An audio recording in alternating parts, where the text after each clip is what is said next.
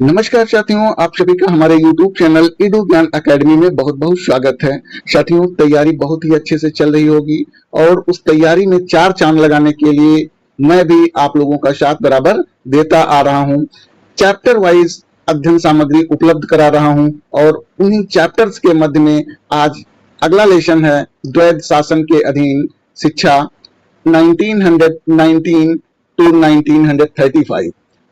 द्वैध शासन के अधीन शिक्षा 1919 से लेकर के 1935 तक में कौन कौन से नियम बनाए गए, कौन कौन से प्राविधान बनाए गए और इनमें किसकी सहभागिता रही, क्या इसके उद्देश्य थे और कौन कौन से प्रश्न एग्जाम बेस से महत्वपूर्ण बन सकते हैं, इस पीडीएफ में शामिल किया गया है। तो चलिए शुरुआत करते हैं इस पीडीएफ को विस्तृत पढ़ने की, अर्थात द्वैध शासन के अधीन शिक्षा को चैप्टर वाइज या विस्तृत पढ़ने की शुरुआत करते हैं। आइए देखते हैं परिचय।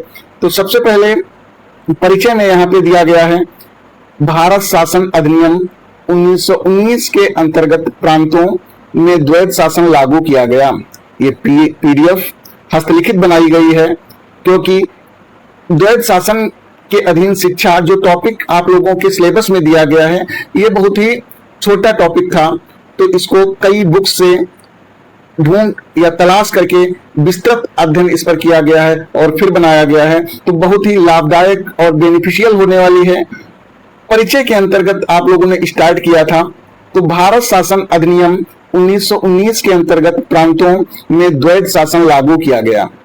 इसका उद्देश्य भारतीयों को प्रशासन में सीमित भागीदारी देना था। आप लोग समझ गए होंगे कि द्वैध शासन के अधीन शिक्षा, द्वैध का तात्पर्य ही दोहरा होता है, अर्थात जब एक शासन व्यवस्था में दो व्यक्तियों के द्वारा शासन किया जाए तो उसको द्वैध शासन प्रक्रिया या द्वैध शासन बोलेंगे।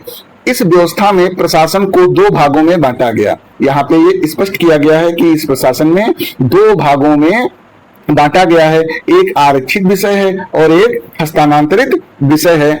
अब देखिए शिक्षा को किस विषय के अंतर्गत रखा गया, यहाँ पे हमने इसीलिए ब्लैक पेन का यूज किया है। शिक्षा को हस्तांतरित विषय बनाया गया, इसलिए शिक्षा विभाग भारतीय मंत्रियों के अधीन आ गया। आरक्षित विषय में ब्रिटिश के प्रशासकीय अधिकारी काम करते थे, जबकि हस्तांतरित विषय के अंतर्गत भारतीय मंत्रियों को उनके विभाग सौंपे गए थे। तो हस्तांतरित विषय के अंतर्गत शिक्षा व्यवस्था को भी इन्वॉल्व किया गया, शामिल किया गया। अब आगे है द्वैध शासन क्या था। तो द्वैध शासन वह व्यवस्था थी जिसमें एक ही प्रांत का शासन दो भागों में विभाजित था। एक ही प्रांत का शासन जब दो भागों में डिवाइड हो तो उसको द्वैध शासन नाम दिया जाता है। आरक्षित विषय के अंतर्गत क्या था, गवर्नर और उसके कार्यकारी परिषद के अधीन जो कार्य किए जाते थे उनको आरक्षित विषय के अंतर्गत रखा जाता था, और हस्तांतरित विषय के अंतर्गत वह कार्य रखे जाते थे या वह विभाग रखे जाते थे जो भारतीय मंत्रियों के अधीन क्रियान्वित होते थे। आते हैं थर्ड पॉइंट पे, शिक्षा किसके अधीन थी। बहुत ही महत्वपूर्ण है, क्वेश्चन आ सकता है कि द्वैध शासन में शिक्षा किसके अधीन थी। तो शिक्षा स्थानीय स्वशासन, कृषि, सार्वजनिक स्वास्थ्य आदि विषय भारतीय मंत्रियों को सौंपे गए थे, अर्थात ये हस्तांतरित विषय के अधीन शिक्षा थी। समझ में आ गया होगा। और इससे पहली बार भारतीय नेताओं को शिक्षा नीति बनाने और लागू करने का अवसर मिला था। किसके द्वारा, द्वैध शासन प्रणाली के द्वारा भारतीय नेताओं को शिक्षा नीति बनाने और लागू करने का अवसर प्राप्त हुआ था। अगला पॉइंट क्या है, शिक्षा पर द्वैध शासन का प्रभाव। बहुत ही इंपॉर्टेंट यहाँ पे ये पॉइंट दिया गया है कि कौन कौन से प्रभाव पड़े द्वैध शासन के शिक्षा पर। तो भारतीय नियंत्रण में वृद्धि हो गई, शिक्षा विभाग भारतीय मंत्रियों के अधीन हो गया, अर्थात भारतीय नियंत्रण का मतलब भारतीय मंत्रियों, भारतीय जो नेता थे वो शासन में थे और उनके नियंत्रण में भारतीय शिक्षा हो चुकी थी। भारतीय आवश्यकताओं के अनुसार योजनाएं बनने लगी। अब जब भारत के लोग वहां पे मौजूद थे, मंत्री थे, तो उनको वहां की आवश्यकताएं, वहां की समस्याएं सब पता थी और उनके अनुसार उन्होंने योजनाओं को बनाना शुरू किया। सेकंड पॉइंट क्या है?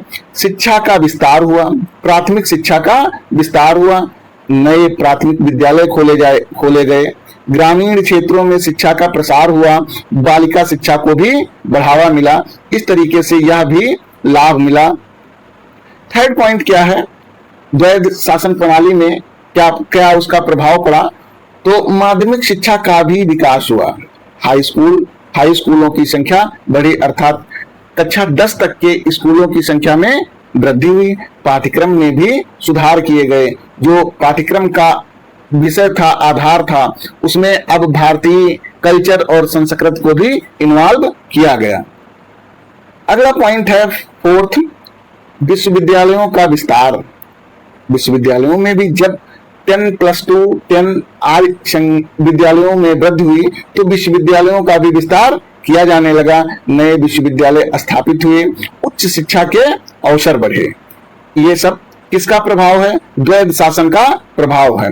व्यावसायिक शिक्षा को एक नया मार्गदर्शन प्राप्त हुआ, कृषि, उद्योग और तकनीकी शिक्षा को प्रोत्साहन मिला।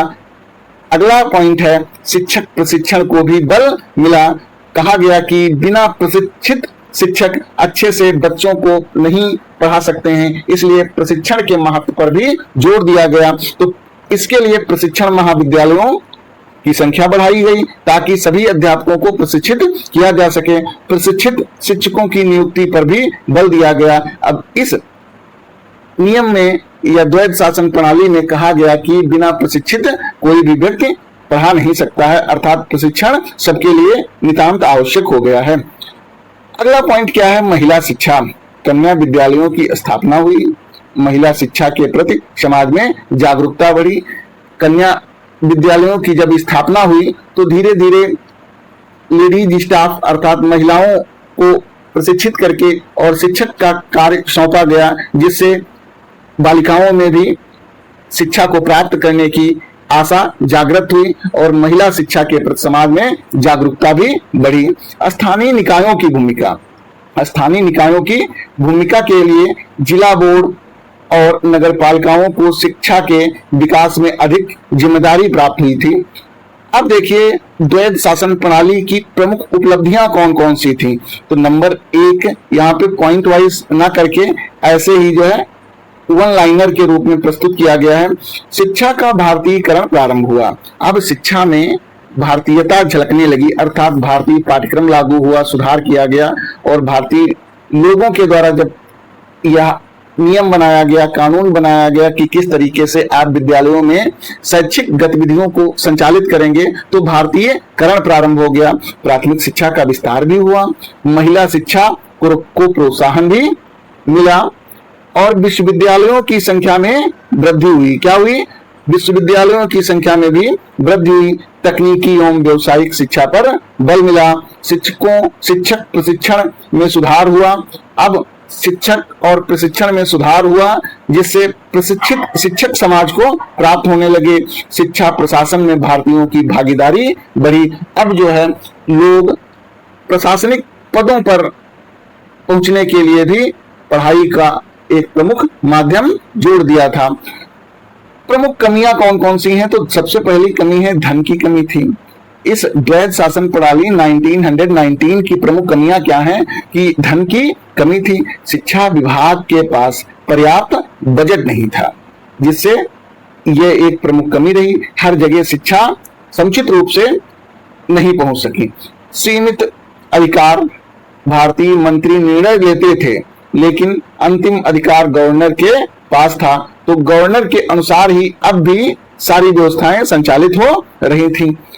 गवर्नर का हस्तक्षेप। गवर्नर किसी भी निर्णय को रोक सकता था और किसी भी निर्णय को वो लागू कर सकता था। तो यहाँ पे अभी पूर्ण रूप से मंत्रियों को आजादी प्राप्त नहीं हुई थी कि वह कौन सा कानून पास करा सकते हैं और कौन सा कानून नहीं पास करा सकते हैं। इसका अधिकार क्षेत्र गवर्नर के पास था। अनिवार्य शिक्षा लागू न हो सकी और कहा भी गया कि अनिवार्य शिक्षा लागू की जाए, लेकिन ये शिक्षा नहीं लागू हो पाई। ग्रामीण क्षेत्रों की उपेक्षा की गई। जो धन शिक्षा पर अनुदानित था उसको शहरी क्षेत्रों में ही खर्च कर दिया गया, जिससे ग्रामीण क्षेत्रों के विद्यालयों की उपेक्षा हुई, अर्थात ग्रामीण में बजट कम होने के कारण कोई विकास नहीं हो पाया। अब आगे है शिक्षा में असमानता, शहरों की तुलना में गांवों का विकास धीमा रहा। और नंबर 7 पॉइंट है द्वैध शासन संबंधी शिक्षा की विशेषताएं। अब देखिए द्वैध शासन के अंतर्गत शिक्षा की विशेषताएं कौन कौन सी थी। तो शिक्षा हस्तांतरित विषय थी। शिक्षा किसके अंतर्गत, बहुत ही इंपॉर्टेंट ये क्वेश्चन है, हमने दूसरी बार ये यहाँ पे रिपीट किया है कि शिक्षा को किस विषय के अंतर्गत रखा गया। तो शिक्षा को हस्तांतरित विषय के अंतर्गत रखा गया था। भारतीय मंत्री शिक्षा के प्रति उत्तरदायी थे। प्राथमिक शिक्षा पर विशेष बल दिया गया। महिला शिक्षा का विकास हुआ। शिक्षक प्रशिक्षण में सुधार हुआ। स्थानीय निकायों की भागीदारी हुई और व्यावसायिक एवं तकनीकी शिक्षा का विस्तार हुआ। इस तरीके से पॉइंट 7 भी क्लियर हो चुका है। अब आते हैं पॉइंट 8 पर, द्वैध शासन की असफलता के कारण। कौन कौन से महत्वपूर्ण कारण थे जिससे द्वैध शासन पूरी तरीके से असफल रहा। तो वित्तीय संसाधनों का अभाव, धन पर्याप्त मात्रा में नहीं उपलब्ध हो सका था, तो इसलिए यह असफल हो गया। गवर्नर के विशेषाधिकार थे कि चाहे जो नियम कानून भारतीय लोग पास करें या पारित कराएं, लेकिन गवर्नर के पास विशेषाधिकार था कि वो उस नियम या कानून को मानेगा या नहीं मानेगा। राजनीतिक अस्थिरता, और राजनीतिक अस्थिरता थी तब भी लोग, पार्टी अपने हिसाब से काम करती थी और व्यक्ति अपने हिसाब से कार्य कर रहे थे। तो ये जो है शिक्षा नीति द्वैध असफलता के कारणों में निरंतरता का भी अभाव रहा, प्रशासनिक हस्तक्षेप भी रहा, राजनीतिक अस्थिरता भी विद्यमान रही। अब देखिए आते हैं, इतना ही महत्वपूर्ण था। अब आप लोगों को लेकर चलते हैं द्वैध शासन प्रणाली या अधिनियम के अंतर्गत प्रतियोगी परीक्षाओं में महत्वपूर्ण कौन कौन से प्रश्न पूछे जाते हैं। तो भारत शासन अधिनियम कब बना? 1913 में भारत शासन अधिनियम बना। बहुत ही इंपॉर्टेंट क्वेश्चन है ये, पीसीएस और आईएएस के एग्जाम्स में कई बार पूछा गया है। भारत शासन अधिनियम कब बना? तो 1919 अर्थात 1919 में बना। द्वैध शासन लागू हुआ, द्वैध शासन व्यवस्था लागू कब हुई? तो 1921 में लागू हुई। शिक्षा हस्तांतरित विषय के अंतर्गत रखी गई। शिक्षा मंत्री भारतीय थे, शिक्षा विभाग में जो मंत्री थे वो भारतीय बनाए गए और अंतिम अधिकार गवर्नर के पास ही था। ये याद करने योग्य पॉइंट है। द्वैध शासन समाप्त। 1935 के भारत शासन अधिनियम के द्वारा द्वैध शासन समाप्त किया गया। अब आप लोग इतना ही इस पीडीएफ में इन्वॉल्व किया गया था, शामिल किया गया था, तो आप लोग द्वैध शासन प्रणाली का महत्व, विशेषताएं, लाभ और इसके नुकसान और इसका क्या आशय है, कहां कहां पर इसका इम्पैक्ट पड़ा, ये आप लोगों को पता चल गया है। आप लोगों को नेक्स्ट वीडियो में द्वैध शासन प्रणाली से बहुत ही चुनिंदा और महत्वपूर्ण प्रश्नों का संकलन उपलब्ध होगा, लेकिन उसके पहले आप लोगों को कम से कम 1 या 2 घंटे वेट करना पड़ेगा, सोचना पड़ेगा हमें कि कौन कौन से महत्वपूर्ण प्रश्नों को सीरीज के अंतर्गत रखा जाए। क्लास यदि अच्छी लगी हो तो लाइक जरूर कर दीजिएगा और अपने सहयोगी या अपने स्टाफ में इस क्लास को सेंड भी कर दीजिएगा, शेयर भी कर दीजिएगा। मिलते हैं अगली क्लास में, तब तक के लिए bye bye, take care, stay on my YouTube channel.